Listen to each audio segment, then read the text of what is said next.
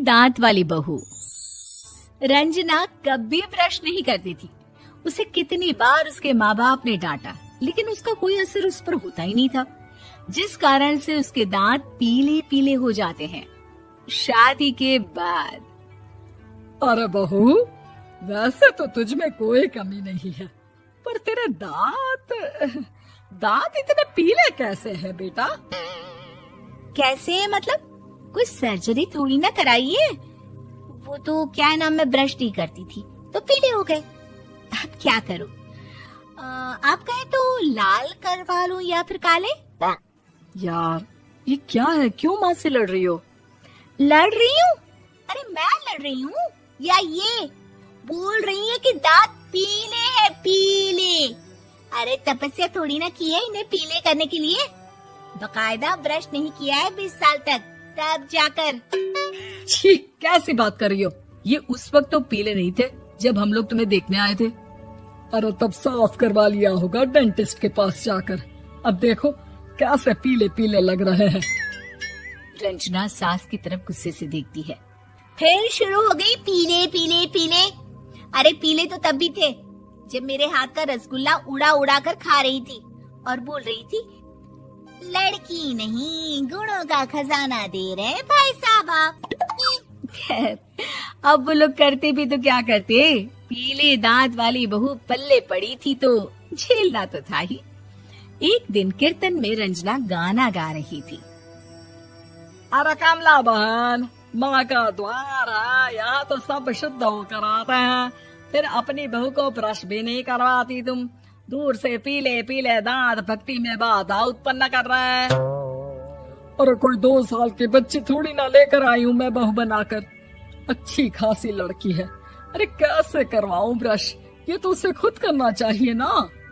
अब माँ बाप तो इसके जैसे तैसे निपटा दिए, ये नहीं सोचा कि सास कैसे संभालेगी। सास बहू को लेकर घर आ जाती है, लेकिन सोच लेती है कि अब इसे लेकर कहीं नहीं जाएगी। अगले रोज बहू कहती है, अरे क्या हो गया, मंदिर नहीं जाना क्या? कीर्तन का वक्त हो रहा है। मेरी मधुर वाणी से कान्हा जी जागते हैं और सोते हैं। आप तो जानती है ना उनकी भक्ति में कितना मन लगता है मेरा। वो क्या है ना, तबीयत ठीक नहीं लग रही है मेरी, आराम करूंगी मैं। तबीयत ठीक नहीं लग रही? अभी तो मिथुन के गाने पर नाच रही थी आप, और अब बोल रही है कि तबीयत ठीक नहीं लग रही। अरे भक्ति में मन लगा लो सासू माँ, ऊपर जाना है, क्या मुंह दिखाओगी आप? हाँ? सास को बहू की बात पर गुस्सा आ जाता है। मैं क्या मुंह दिखाऊंगी, इसकी चिंता तो ना कर, समझी? अपने मुंह की चिंता कर, जो ये पीले पीले दांत लेकर हर जगह पहुंच जाती है। पता है लोग कितना मजाक बनाते हैं। ना जी ना, मैं नहीं जाना कहीं तेरे साथ। तो ये बात है, कोई ना, मत जाओ, मैं अपने कमरे में ही बैठकर भक्ति कर लूंगी। ऊपर वाला दांत थोड़ी ना देखता है, मन देखता है, भावना देखता है। और अरे बस बस, तू सब कुछ दिखा, बस ये सफेद चमकदार दांत ना दिखाना किसी को, है? जा यहाँ से। बहू को सास की बात का कोई फर्क नहीं पड़ता, वो तो जैसी थी वैसी ही रह जाती है। सुबह नहाकर किचन में खाना बनाना, फिर खाना खाना, कीर्तन भजन करना और सो जाना। एक दिन, माँ जी मैं सहेली के घर जा रही हूँ, शाम को लेट आऊंगी। हाँ हाँ तो जाना, मैंने कौन सा तेरी आरती करनी है घर पर बैठकर। रंजना सहेली के घर जाती है, जहाँ वो पार्टी में जाने की तैयारी कर रही होती है। अरे शिखा, कहाँ जाने की तैयारी कर रही है? मैं गलत वक्त पर आ गई क्या? अरे नहीं यार, उल्टा सही वक्त पर आई है। मैंने ये साड़ी और ज्वेलरी निकाली है यार, शाम को इनके ऑफिस की एक पार्टी में जाना है। बताना कैसा लग रहा है ये सब? नहीं यार, इस ड्रेस के साथ तो वो वाली ज्वेलरी अच्छी लगेगी। हाँ हाँ सही बोल रही है, मैंने ध्यान ही नहीं दिया। वैसे तो हमेशा से मस्त फैशन सेंस रखती है। तो बड़ा जाती होगी ना पति के साथ पार्टी में।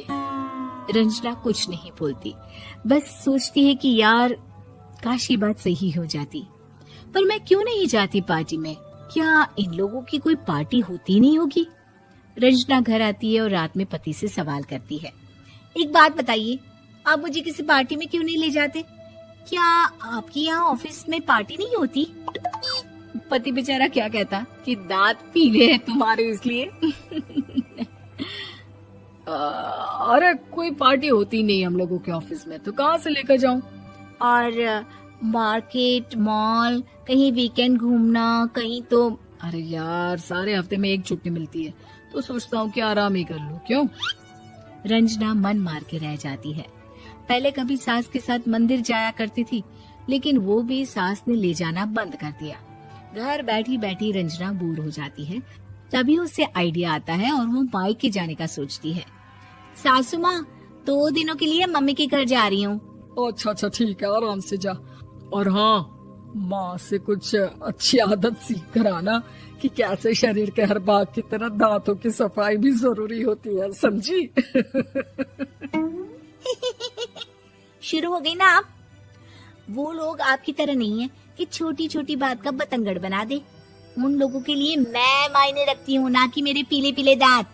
रंजना माँ को बिना बताए उन लोगों को सरप्राइज देती है, लेकिन जैसे ही वो दरवाजे पर पहुंचती है, अंदर देखती है कि घर वाले कहीं जा रहे होते हैं। अब माँ, काश रंजना दीदी के दांतों वाली प्रॉब्लम नहीं होती, तो वो भी हम लोगों के साथ चलती ना बुआ जी की बेटी की शादी में।